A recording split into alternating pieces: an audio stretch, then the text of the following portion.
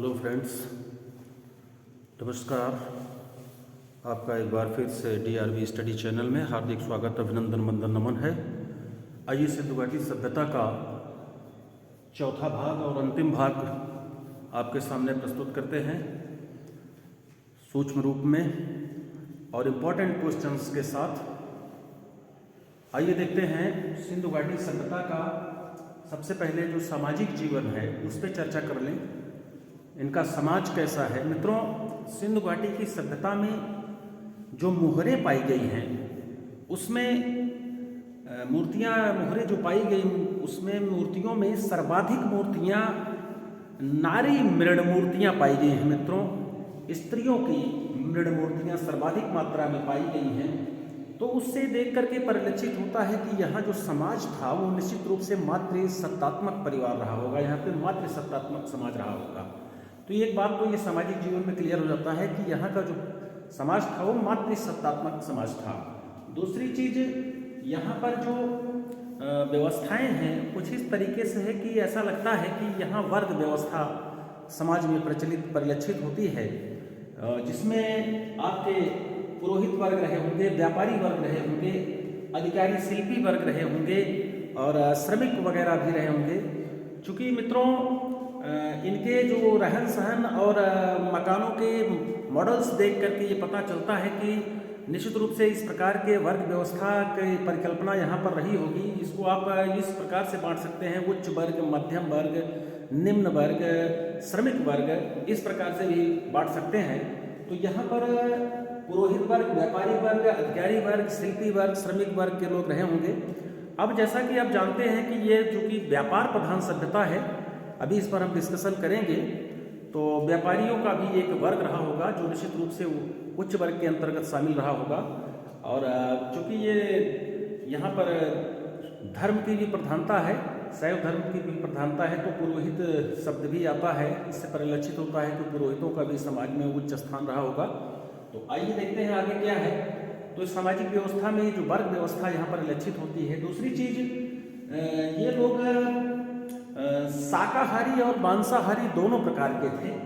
ये लोग शाकाहारी और मांसाहारी दोनों प्रकार के थे और ये युद्ध में कम, शांति में ज़्यादा विश्वास करते थे, शांति प्रिय लोग थे। क्योंकि यहाँ पुरातात्विक स्थलों के उत्खननों से बहुत सारे इस प्रकार के हमें कोई साक्ष्य या औजार बहुत नहीं मिलते जिससे पता चले कि ये हथियार है, इससे ये युद्ध वगैरह करते रहे होंगे। इतना ज़्यादा इस प्रकार का कोई साक्ष्य अभी तक प्रस्तुत नहीं हो पाया है। तो हम इससे अंदाज़ा लगाते हैं कि ये शांतिप्रिय समाज इनका रहा होगा। ये लोग वस्त्र में सूती और ऊनी दोनों प्रकार के वस्त्रों का प्रयोग करते थे। क्योंकि हमने आपको बताया था कि सूती वस्त्र के साक्ष्य, सूती कपड़ों के साक्ष्य यहाँ से पाए गए हैं। कपास उत्पादन की भी चर्चा हमने किया है कि सिंधुवासियों ने ही सर्वप्रथम कपास उत्पादन किया है। तो सूती और ऊनी दोनों प्रकार के वस्त्रों के साक्ष्य पाए गए हैं। और ये लोग विभिन्न प्रकार की फसलें पैदा करते थे, गेहूं, जौ, मटर, सरसों, इस प्रकार के इत्यादि फसलें पैदा करके अपने दैनिक जीवन में भोजन के रूप में प्रयोग करते रहे होंगे। और इनका जो मनोरंजन का साधन था उसमें ये पासा का खेल इनके यहाँ का सो प्रमुख खेल है पासा। ये मनोरंजन के रूप में इसका प्रयोग, हालांकि और भी बहुत सारे खेल खेलते थे, लेकिन सबसे प्रमुख इसमें पासा, इनके यहाँ का प्रमुख खेल है पासा। अब मित्रों, यहाँ के समाज में हम थोड़ा सा देख लें कि मृतक मरने के पश्चात मृतकों का वो संस्कार कैसे करते थे, किस प्रकार की व्यवस्था थी इनके यहाँ मृतक को अंत्येष्टि की विधियाँ। तो यहाँ पर हमें 3 प्रकार की अंत्येष्टि मामला दिखाई पड़ता है। एक तो पूर्ण समाधिकरण है, दूसरा है आंशिक समाधिकरण, तीसरा है दाह। ये तीनों चीज़ें परिलक्षित होती हैं इनके पुरातात्विक स्थलों से। तो पूर्ण समाधिकरण का मतलब होता है कि व्यक्ति के मर जाने के बाद उसकी पूरी की पूरी शरीर को दफना दिया जाता था।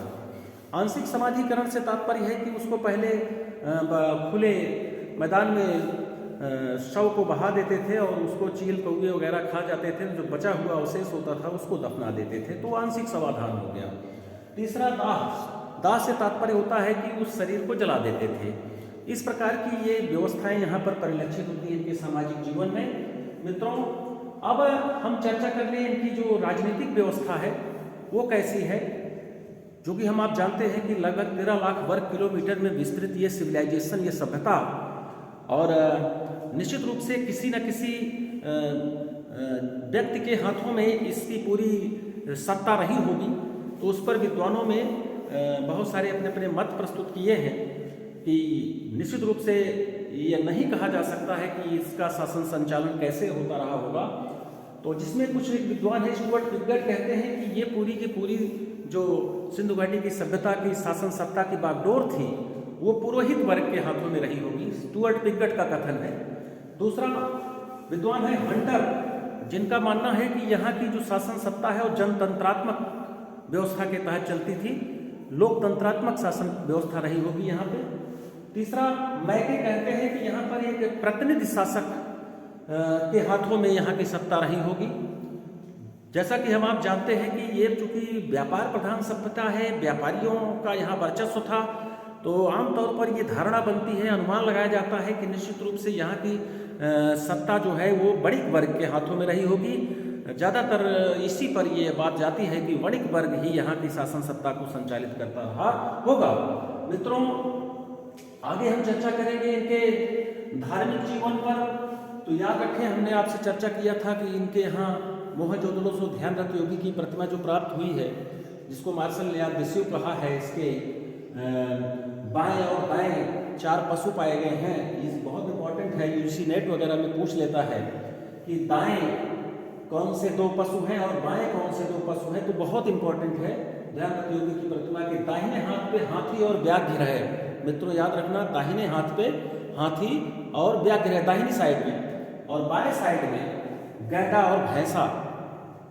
गैंडा और भैंसा, ध्यानरत योगी की प्रतिमा के बाएं गैंडा भैंसा है और दाहिने पर हाथी और व्याघ्र है। मित्रों इसको याद रखना है, बहुत ही इंपॉर्टेंट है। संभवतः बहुत सारी मूर्तियां यहाँ से पाई गई हैं, और जिसमें इनका जो धार्मिक जीवन में अगर देखें तो कुबड़ वाला बैल इनके यहाँ, ज़्यादातर कुबड़ वाला बैल इनका प्रिय पशु था।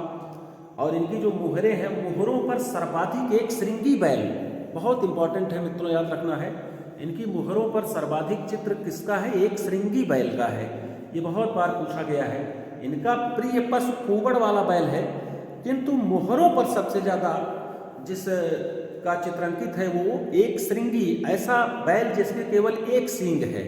मित्रों एक श्रृंगी बैल का चित्रांकित है इनकी मुहरों पर सर्वाधिक। तो अगर अनुमान लगाते हैं मित्रों, ध्यान से देखें तो यहाँ पर चूंकि बहुत सारे नाग के चित्र, लिंग के चित्र, मुहरें और क्या कहते हैं पाई गई हैं, और ये एक श्रृंगी बैल और कुबड़ वाला बैल से ये नंदी बैल की तरफ संकेत मिलता है, जो निश्चित रूप से ये सारे संकेत हमको शैव धर्म की तरफ ले जाते हैं। यहाँ पर इनका जो धार्मिक जीवन है वो निश्चित रूप से शैव धर्म से प्रेरित परिलक्षित होता है मित्रों। और दूसरी चीज यहाँ पर हम मूर्तियों का निर्माण देखते हैं, पाते हैं, और सबसे इम्पॉर्टेंट चीज़ है धातु की जो इम्पॉर्टेंट एक मूर्ति पाई गई है, नृत्य रत्न नर्तकी की कांसे की प्रतिमा। मोहनजोदड़ो से बहुत बार पूछता है मित्रों कि नृत्य रत्न नर्तकी की कांसे की प्रतिमा कहाँ से प्राप्त हुई है, तो मोहनजोदड़ो से प्राप्त हुई है। याद रखना है आपको, इसको विस्मृत मत होइएगा। तो इस प्रकार से हम कह सकते हैं कि जो मूर्ति निर्माण परंपरा है वो हमको कहीं न कहीं सिंधु घाटी सभ्यता से परिलक्षित होना शुरू हो जाती है। मूर्ति निर्माण की परंपरा, मूर्ति पूजा का आरंभ भी ये हमको सिंधु घाटी सभ्यता से ही परिलक्षित होता है। तो ये इनका धार्मिक जीवन है। ये वास्तव में जल पूजा भी करते थे, पशु पूजा भी करते थे, और वृक्षों की भी पूजा करते थे। और जैसा कि अभी आपको हमने उस पिछले वाले एपिसोड में बताया था कि पृथ्वी की देवी की भी पूजा करते थे, जो कि स्त्री गर्भ से निकलता हुआ पौध जो उर्वरता की देवी की तरफ संकेत करता है। तो इस प्रकार से इनके धार्मिक जीवन की तरफ संकेत मिलता है। इनका धार्मिक जीवन इहलौकिक और व्यवहारिक ज़्यादा प्रतीत होता है। इहलौकिक और व्यवहारिक ज़्यादा प्रतीत होता है इनका धार्मिक जीवन मित्रों, ये आपको याद रखना है। आइए अब हम लोग चर्चा करने जरा सा इनके आर्थिक जीवन की तरफ देखें। इनका आर्थिक जीवन कैसा था, व्यापार व्यवसाय कैसा था, तो इस तरफ ध्यान दें, यहाँ से क्वेश्चन बहुत बनाता है मित्रों। तो यहाँ पर इनका जैसा कि हमने आपको चर्चा किया था कि कालीबंगा से जुटे हुए हल के साक्ष्य या खेतों के साक्ष्य पाए गए हैं, तो वो ज़्यादातर यहाँ पर वो कृषि के भी साक्ष्य से परिलक्षित होता है कि इनका जो हल होता था जिससे खेती की जाती थी वो लकड़ी के होते थे, और फसलों को काटने के लिए लोग पत्थर की हंसिया का प्रयोग करते थे मित्रों। दूसरा, सिंधु नदी का जब पानी घट जाता था तो ये नवंबर के महीने में गेहूं जौ को बाढ़ वाले स्थान जब पानी घट जाता था तो वहाँ पर ये गेहूं जौ बो देते थे, और अप्रैल में उस गेहूं और जौ की फसल को काट लेते थे मित्रों। इसको याद रखना है आपको। यहाँ पर कपास, जैसा कि चर्चा हुआ है, कपास की खेती होती थी, और इसीलिए इनको जो है यूनानियों ने कपास उत्पादन के कारण को सिंडोन कहते हैं, सिंडोन से उद्घोषित करते हैं मित्रों, याद रखना आप, बहुत इंपॉर्टेंट चीज़ है। सिंडोन, ये कपास यूनानियों की देन है, यूनानी लोग सिंडोन शब्द का प्रयोग करते हैं। और सबसे इंपॉर्टेंट चीज़ है मित्रों, आपको याद रखना है कि ये हमने आपको बताया था कि कांस्य युगीन सभ्यता है। तांबा प्लस टिन, तांबा और टिन धातु को मिला करके कांसा बनाया जाता है मित्रों। तो तांबा में टिन मिला करके कांसा बनाने का काम सबसे पहले ये सिंधु घाटी की सभ्यता के लोगों ने ही प्रारंभ किया था, ये इसीलिए इसको कांस्य युगीन सभ्यता भी कहते हैं। तो ये कांसे से बहुत इनके जो शिल्पी थे, शिल्पकार वगैरह थे, जो बहुत सारे उपकरण वगैरह बनाते थे, तो तांबा और टिन को मिला करके कांसा धातु बना लिए। कांसा थोड़ा मजबूत होती है, तो कठोर धातु हो जाती है, तो उस प्रकार से इन्होंने ये कार्य प्रारंभ किया था मित्रों। शिल्पियों में इनके यहाँ कसेरों के समुदाय का बहुत ही महत्वपूर्ण स्थान था। क्वेश्चन पूछा गया है कि शिल्पियों में किसका महत्व था? कसेरों के समुदाय का ज़्यादा महत्व था इनके यहाँ मित्रों, ये आपको याद रखना है, बहुत ही इम्पोर्टेंट है। और दूसरी चीज, अब हम जरा समझ लें कि ये लोग कौन सी सामग्री कहाँ से क्या मंगाते थे, व्यापार व्यवसाय कहाँ कहाँ कैसे करते थे। तो मित्रों याद रखना है आपको, टिन और चांदी बहुत इंपॉर्टेंट, कई बार पूछा गया है। टिन, चांदी, सोना, ये तीन चीज़ें, धातुएं याद रखना है। टिन, चांदी और सोना ये अफगानिस्तान से आयात करते थे मित्रों। और तांबा हमारे यहाँ राजस्थान का खेतड़ी क्षेत्र है, बहुत इंपॉर्टेंट है, यहाँ से उत्पादित होता था तांबा, राजस्थान के खेतड़ी से तांबा। और लाजवर्त ये मंगाते थे, बदख्शां, ये भी अफगानिस्तान में पड़ता है, बदख्शां से लाजवर्त। और फिरोजा, सीसा ईरान से, ईरान फारस जिसको कहते हैं, ईरान से मंगाते थे फिरोजा और सीसा। और ज़्यादातर ये लेन देन में वस्तु विनिमय का ही प्रयोग करते थे, वस्तु विनिमय, लेन देन में वस्तु विनिमय का प्रयोग करते थे मित्रों, याद रखना है। और सबसे बड़ी बात यहाँ पर यह है कि इनका जो स्थलीय व्यापार था वो ज़्यादातर अफगानिस्तान और ईरान के साथ था। और जलीय व्यापार में जो है मकरान के नगरों की भूमिका महत्वपूर्ण होती थी।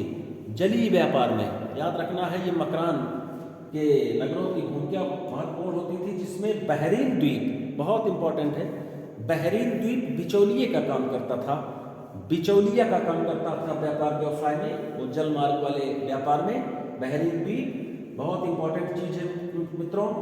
और एक शब्द आता है मेलुहा, सुमेरिया के लोग भारतीय या सिंधु व्यापारियों को मेलुहा कहते थे। पूछा गया है क्वेश्चन, मेलुहा किन्हें कहा जाता था? तो सिंधु व्यापारियों के लिए, सिंधु वासियों के लिए मेलुहा शब्द का प्रयोग आया है, सुमेरिया के लोग कहते थे मित्रों।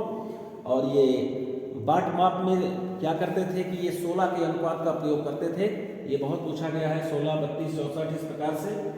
और इनके यहाँ मित्रों सबसे जो कलाकृति की प्रविष्टियाँ देखने को मिलती हैं वो इनकी मोहरों में दिखाई पड़ती हैं, इनकी मोहरों में दिखाई पड़ती हैं मित्रों। और इनकी जो मोहरें हैं वो अधिकांशतः सेलखड़ी से बनाई गई हैं, लगभग 2000 मोहरें पाई गई हैं, जिसमें सर्वाधिक मोहरें मोहनजोदड़ो से मिली हैं, तकरीबन 500 मोहरें।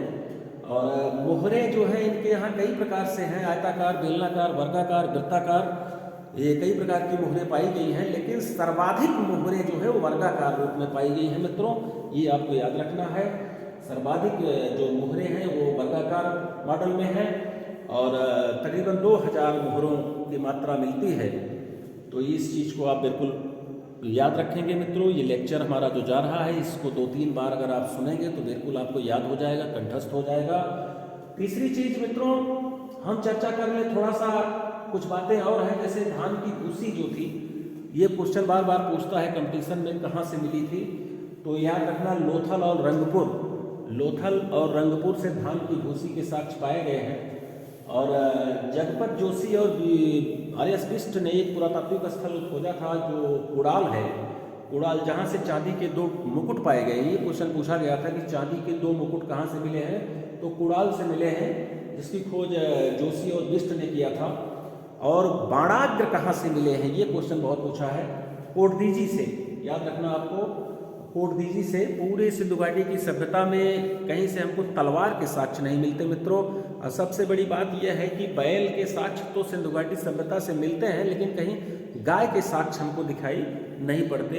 ये बात आपको इम्पोर्टेंट लगा लेना है। अगर विकल्प में क्वेश्चन में पूछे कि गाय, तो गाय यहाँ से नहीं पाई गई है मित्रों, याद रखना है। बैल के साक्ष्य हैं किंतु गाय के साक्ष्य नहीं पाए गए हैं। मूर्तियों के साक्ष्य यहाँ मिले हैं मित्रों, याद रखना, लेकिन कहीं भी कोई मंदिर के साक्ष्य नहीं पाए गए हैं। ये भी आपको इम्पोर्टेंट लगा लेना है। इतनी विशालकाय, इतनी विस्तृत, इतनी डेवलप्ड सिविलाइजेशन, प्रश्न बनता है कि इसका विनाश हो गया, इसका पतन हो गया। तो वो तो उत्थान और पतन मित्रों प्रकृति का नियम है। उत्थान होगा, फिर पतन होगा, फिर उत्थान होगा, फिर पतन होगा। ऐसे तो सदियों से चलता आ रहा है, ये प्राकृतिक नियम है। तो अब हम विचार करना चाहेंगे कि इतनी बढ़िया सभ्यता, इतनी अच्छी सभ्यता, इतनी उच्च कोटि की सभ्यता, इतने विशालकाय नगर, सब ये कैसे नष्ट हो गए, विनष्ट हो गए। तो इसके बारे में बहुत सारे विद्वानों ने अपने अपने तर्क प्रस्तुत किए हुए हैं, उन पर हम थोड़ा चर्चा कर लें। कभी कभी वहाँ से क्वेश्चन बना देता है। तो जिसमें गार्डन चाइल्ड और व्हीलर का मत है कि ये बाह्य आक्रमण या आर्य आक्रमण के कारण ये सिंधु घाटी सभ्यता का विनाश हो गया। जिसमें कहते हैं कि गार्डन चाइल्ड और व्हीलर कह रहे हैं कि बाह्य आक्रमण या आर्यों का आक्रमण हो गया, जिससे ये सिंधु घाटी सभ्यता का विनाश हो गया। मित्रों याद रखना है, आर्यों में अब जैसे इंद्र की चर्चा होगी ऋग्वेद में, देवताओं में सर्वाधिक चर्चा ऋग्वेद में इंद्र की है। तो इंद्र को एक नाम है इनका पुरंदर भी कहा गया है, पुरों को नष्ट करने वाला। तो जैसा कि पुरों की चर्चा होती है यहाँ पर सिंधु घाटी सभ्यता में, इस आधार पर कुछ ऐसा निष्कर्ष निकाला इन्होंने। जो भी है फिर भी इसको जानते रहे कि गार्डन चाइल्ड और व्हीलर ने बाह्य आक्रमण या आर्य आक्रमण पर चर्चा किया है। मार्शल और एस.आर. राव कहते हैं कि यहाँ बाढ़ आ गई। मार्शल और राव कहते हैं कि यहाँ बाढ़ आ गई, जिससे ये सिविलाइजेशन पूरी की पूरी नष्ट हो गई। लेकिन अब यहाँ भी प्रश्न बनता है, कुछ पुरातात्विक स्थल ऐसे थे जो नदियों के तट पर ज़्यादा नहीं थे, तो वहाँ पानी कैसे घुस गया, वो भी प्रश्न बन जाता है। फिलहाल मार्शल और राव का कहना है बाढ़ से ज़्यादातर इस पर दिमाग ज़्यादा रहता है और लगभग काफ़ी हद तक ये बात सत्य भी साबित होती है बाढ़। आर्नस्टाइन कहते हैं जलवायु परिवर्तन हो गया, जिसके कारण सिंधु घाटी की सभ्यता का विनाश हो गया। के.यू.आर. कैनेडी कहते हैं प्राकृतिक आपदा आ गई। प्राकृतिक आपदा से तात्पर्य हुआ जैसे भूकंप आ गया या क्या कहते हैं आंधी तूफान आ गया, तरह तरह के जो प्राकृतिक नेचुरल इवेंट्स हो गए, उस प्रकार से ये सिंधु घाटी की सभ्यता का विनाश हो गया। एस.आर. साहनी कहते हैं भूतात्विक परिवर्तन हो गया। भूतात्विक परिवर्तन ये क्वेश्चन पूछा गया है, तो एस.आर. साहनी ने बताया है। फिर मार्शल कहते हैं प्रशासनिक शिथिलता हो गई। जो प्रशासन यहाँ का था, जो शासन तंत्र था, वो शिथिल हो गया, जिसके कारण से सिंधु घाटी सभ्यता का विनाश हो गया। मित्रों उपरोक्त सभी तथ्य देखने से परिलक्षित होता है कि ये सभ्यता निश्चित रूप से अभी चर्चा में आता है कि यहाँ बीमारियों के भी साक्ष्य पाए, मलेरिया के साक्ष्य पाए गए। आपके यहाँ मोहनजोदड़ो से मलेरिया बीमारी के भी साक्ष्य पाए गए हैं कि ऐसा अनुमान लगाते हैं कि बीमारी से भी लोग मर गए। जो भी हो, सिंधु सभ्यता का विनाश हो गया। मित्रों अब प्रश्न ये बन जाता है कि इतनी विशालकाय सभ्यता का विनाश हो गया, नगरीय सभ्यता थी, व्यापार प्रधान सभ्यता थी। इसके पश्चात हम जब लगभग 2350 से या 2500 ईसा पूर्व से 1750 ईसा पूर्व के आसपास इसका डेवलपमेंट पाते हैं, और 1750 ईसा पूर्व के आसपास ये सभ्यता अपने पतनोन्मुख दिशा में हो गई। तो चूँकि वैदिक सभ्यता, चूँकि ग्रामीण सभ्यता है, ये इसके बीच का जो समय है, पीरियड है 1750 और 1500 ईसा पूर्व के बीच में, तो उस समय का इतिहास क्या रहा होगा, कैसा रहा होगा, इस पर भी हम थोड़ी चर्चा करेंगे।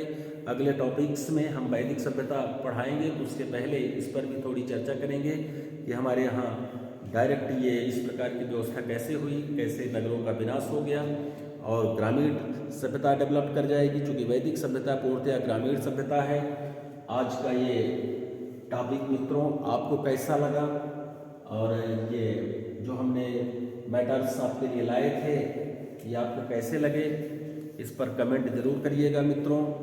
जैसा कि हमने आपको बताया था कि मैं ग्रामीणांचल से ताल्लुक़ रखता हूँ और हम चाहते हैं कि हमारे आसपास के जो ग्रामीणांचल के स्टूडेंट्स हैं अच्छी शिक्षा चाहते हैं और अपने भविष्य को संवारना चाहते हैं, कंपटीशन फेस करना चाहते हैं और कुछ करना चाहते हैं, आगे बढ़ना चाहते हैं, तो उनके लिए हमारा अथक प्रयास है और हम चाहते हैं कि वो अध्ययन करें, पढ़ें और इसको कमेंट जरूर करें कैसा लगा। अगले वीडियो में फिर मिलेंगे वैदिक सभ्यता के साथ। धन्यवाद।